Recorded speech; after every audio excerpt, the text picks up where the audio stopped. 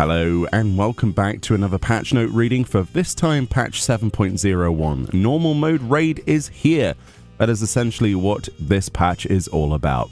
Savage mode won't be coming out, as well as the treasure map dungeon, until 7.05 at a later date, but 7.01 is live right now. In fact, it went up early today, earlier than scheduled on the servers, so you can go in and play this right now. The new raid starts off with, obviously, a new challenger appears in Solution 9. You must have first completed the Dawntrail MSQ and be level 100. It's said to be quite interesting. It looks a lot like sort of like a WWE style affair this time around, so I imagine the cutscenes will be just as good, probably, right? Or not, if not better. Housing then. So there's new orchestra and rolls, probably the raid music. New gold saucer triple triad cards, probably for the raid bosses, right? Then we've got the battle system. So this is the main thing that people are talking about. So obviously these are, scheduled around the level 100 content, and there are changes accordingly to what people have given feedback to. So first of all, Gladiator, Paladin, Marauder, Warrior, Dark Knight, and Gunbreaker. Essentially, Enmity has been added to a variety of different abilities. There was a complaint that people were having Threat pulled off of them, or Enmity pulled off of them in various duties, dungeons, that kind of thing. So they've basically added increased enmity across the board to, well, Overpower, for example, Mithril Tempest, Primal Rend, Primal Ruination for Warrior, for example. I personally didn't have any issues with enmity prior to this patch on my Warrior, but maybe it's something more related to the others. I don't know. I've still yet to level them all. Pugilist and Monk then. So this has had potency increases, as you can see, to True Strike, Snap Punch, Twin Snakes, Arm of a Destroyer, Demolish, Rock Breaker, 4-point. Basically everything has been given a buff, right? Literally everything. You can see here from 440 to 500 on Raptor's Fury. We have potency increased on Arm of a Destroyer from 100 to 110. So some of them are small, and then some of them are enormous, like Flint Strike, potency increased from 600 to 800. So this will obviously have to wait and see how this goes. The only thing that people have been talking about is obviously the extremes, right? And judging it based on that is not necessarily the best way of demonstrating a job, but hopefully this brings it in line to where Square Enix wants it to be, and maybe you agree. If you're a monk, you're like, yes, give me all of the potency right now. Samurai, so this has actually had Tendo Setsugeka recast time from 3.2 to 2.5 seconds, and Tendo Keishi Setsugeka same, basically recast time reduced from 3.2 to 2.5 seconds. So some recast time reductions. Viper has had range changes. So one of the other complaints was that Viper is difficult to kind of execute abilities unless you're right on the enemy. This is actually something I've experienced myself. Not necessarily due to positionals or anything like that, but let's say a tank is pulling a boss or a mob or whatever it might be across the screen. It's very difficult to just be exactly there, so instead of it needing to be 3 arms for the majority of things like Twin Fang Bite and Twin Blood Bite, and the 1st through 4th generation, it's now 5 yarms. So it's a little bit of an increase, and it might be all that's needed. Honestly, that's quite good. I was worried they were going to change Viper drastically. Thankfully, they didn't. Black Mage then. So this is an interesting one. Umbral Soul is something that's usually at 76, right, in terms of levels. Now you can suddenly get it at 35. That's a huge change, mostly because before this, Black Mage would play very, very different in low-level content. And one of my complaints was, why are we locking all of these core abilities to the actual job, how it plays at endgame, to not be used for half of the game prior to that? And quite honestly, this is a good fix. Is it the fix that we want for Black Mage? Probably not, but it's a good step, right? It's a really good, solid step, so hopefully they do some other adjustments in the future which are more meaningful. Manification for Red Mage, we've got the effect duration increased from 15 to 30 seconds, which is quite big. Astro then. So Astro seems to have had a massive buff. So light speed, now charged with a maximum of 2 charges. Recast time has been reduced from 90 to 60 seconds. Astral draw recast time to 55 seconds from 60. And umbral draw from 60 to 55 seconds on recast time. And then macrocosmos potency has been increased from 250 to 270. So Astro is the way to go, I'm pretty sure. No white mage changes. Have you noticed that? Not a single white mage reference. I'm about to insert that meme where there's like the white mage drowning and then Astro is kind of being held up above the water and then you've got Scholar sort of floating. Yes, interesting. But Astros probably will be happy with that. The following adjustments have been made to Raptor's Fury and Coel's Fury. Maximum stacks of Raptors has been reduced from 2 to 1, and stacks of Coel's Fury have been reduced from 3 to 2. In accordance with this change, the display of Beast Chakra gauge has been adjusted. Interesting. So, more simplification of Monk? I don't play Monk enough to really understand that, so please let me know below. So, moving on then, past the battle changes, that's all they mention. The new raid dungeon, AAC, light heavyweight tier, has been added. So you need to be 685 average item level or above level 100. Obviously, I've completed the storyline of Dawntrail and have access to this raid. And yeah, as you would imagine, we've got ourselves the items that you exchange for gear. In the normal mode, they're called hollow helms, hollow armor, hollow gauntlets, etc. And you need obviously 2 helms for a headpiece, 4 body pieces for a body piece, etc. Much like before. There's also the swords, right? What's it called this time? Hollow blade, light, heavy hollow blade. Once completion per week, yeah. So obviously you can turn that in for weapons eventually if you get enough of those. Very cool, very cool. Duty Roulette Normal's been updated with a new raid. Mentor has been updated with the new raid. And Mentor Roulette has been increased from 670 to 685 in accordance. And as of course a new Stone Sky Sea sort of testing thing for the AAC light heavyweight as well.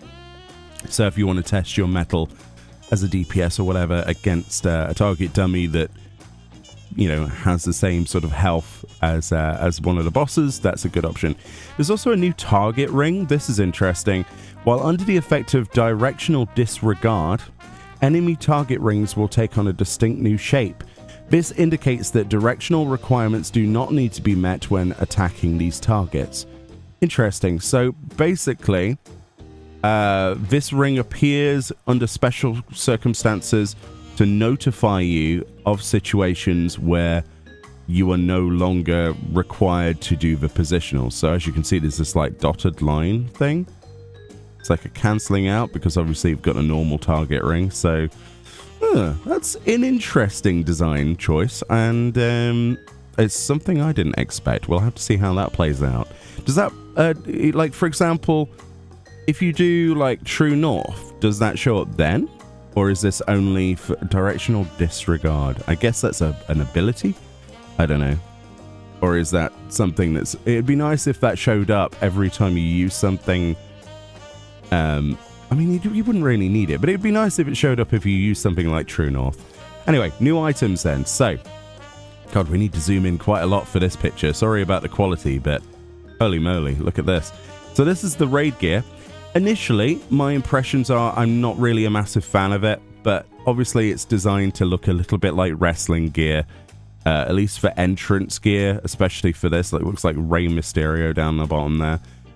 It's all masks and Lucha Libre type sort of influences, as well as some WWE. I love this jacket, by the way. That's the one thing I do like, but that looks like it's a melee or something. Yeah. And then there's the back of it. Again, blurry image because, yeah, it's always a blurry image that they upload to these patch notes. They're always low resolution. It'd be nice if we could click that and have it open as a full resolution image, but oh well. Right, zoom back out again. Of course, they're not listing all of the items added in 7.01. They'll be updated on this website in the future. The furnishing stone partition, so one of the new furnishings, that stone wall, can now be dyed. Apparently it couldn't be dyed before. We haven't looked at that one yet. Script exchange access in Tulialal has been changed. So before, you must have You must have spoked. You must speak with Radina in Solution 9. But now it says players must first complete the quest Go West Craftsman. So a little bit more accessibility. And there's new minions. New minions! Probably from the raid, right? System changes. In order to reduce server congestion, the newly added in patch 7.01 area will be split into multiple instances. So I don't know what this means. Presumably Solution 9, right? Because I believe the raid is set in Solution 9 at the Arcadion. So, the number of field instances implemented in 7.0 have been changed. So Tulialal goes from 3 to now 2 instances. Urka Pacha drops in half from 6 to 3, and so does Kozama Uka from 6 to 3. So hunt marks are going to be less now. So I hope you made the most of your hunt marks whilst this was an option, because that's basically what most people did. Double the hunt marks, essentially, those areas. Old Charlian will no longer be separated into multiple instances, so enough people have got through that sort of section now. They're in the storyline of Dawntrail. New achievements and titles, new trophies and achievements for PlayStation and Xbox, and new music and sound effects. This is probably the most underrated line. I cannot wait to hear the music from the Arcadion and all of the surrounding stuff that Masayoshi Soken and the team have put together. It's always a good time. So, resolved issues. This is towards the end then. So we've got a few. So, things they fixed. There was an issue during the certain main scenario instance battles added in 7.0, wherein players became unable to progress under certain conditions. Very vague. There was also an issue when undertaking level 90 trials, wherein players were not rewarded experience points upon completion. Oh. Interesting. An issue existed where undertaking level 91, 93, 95, and 97 instance dungeons as a paladin, wherein players were rewarded with gear they had already obtained. Interesting. I wonder how that worked. So general bugs then. An issue when undertaking level 95 instance dungeons, wherein incorrect gear was rewarded upon completion as a Dragoon or Reaper. Okay.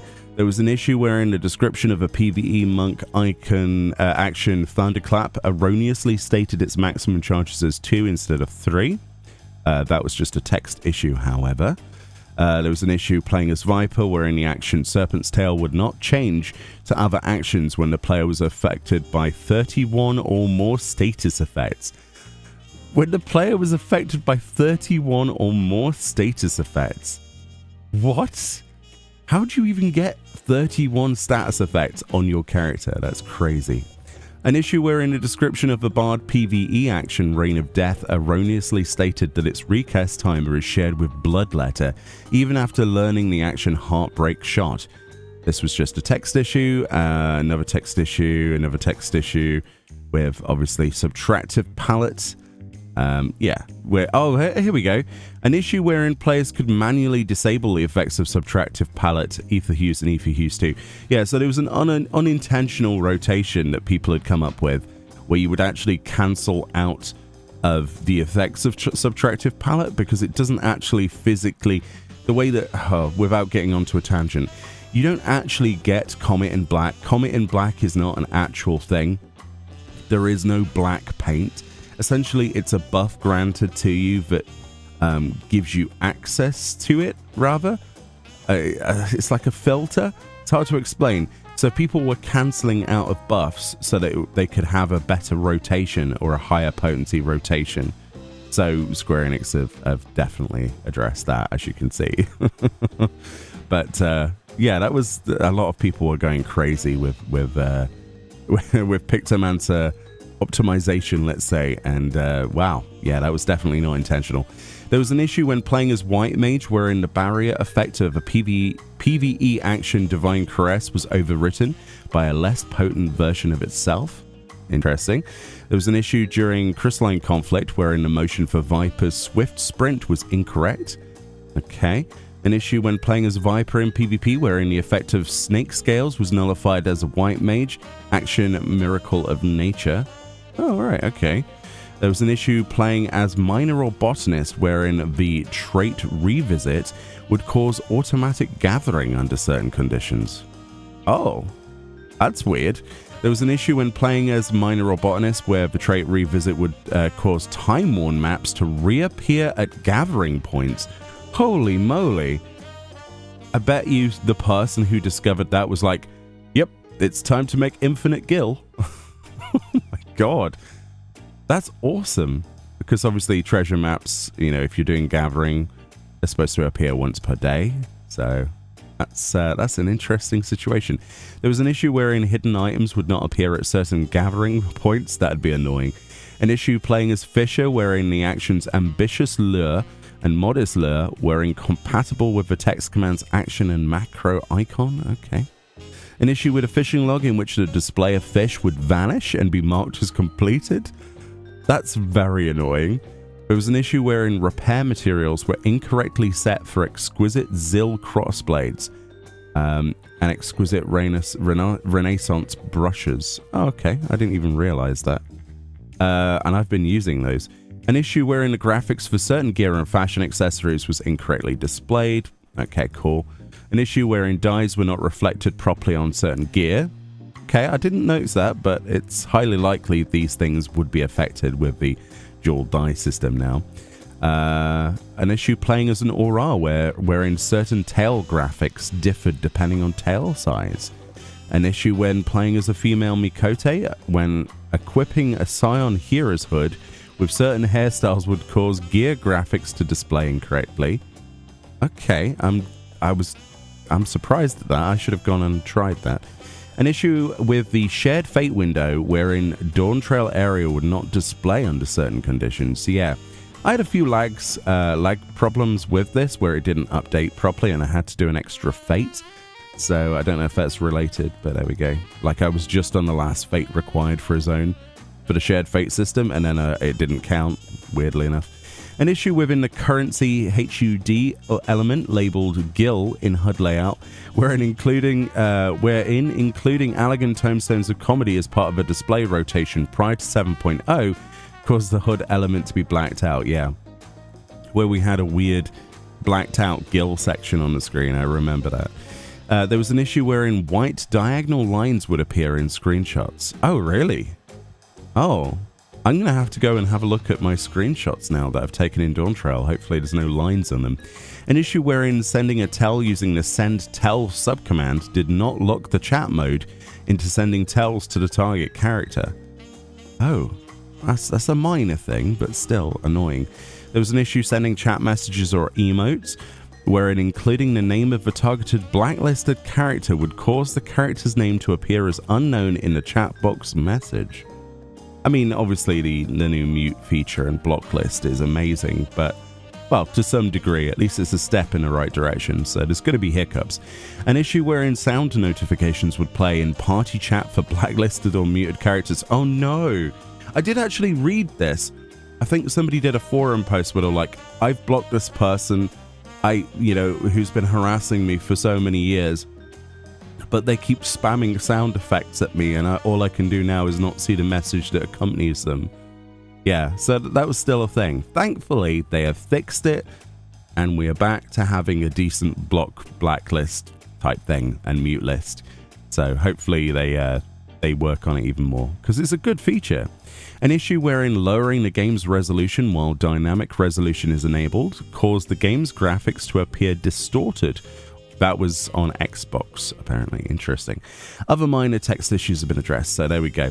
The only known issue right now that they're willing to post and share is they say an issue currently exists wherein the fade-out timing is incorrect for the orchestrion roll added in 7.01 when you play it in a playlist. So does that mean it ends abruptly or anyway? So it's a musical issue.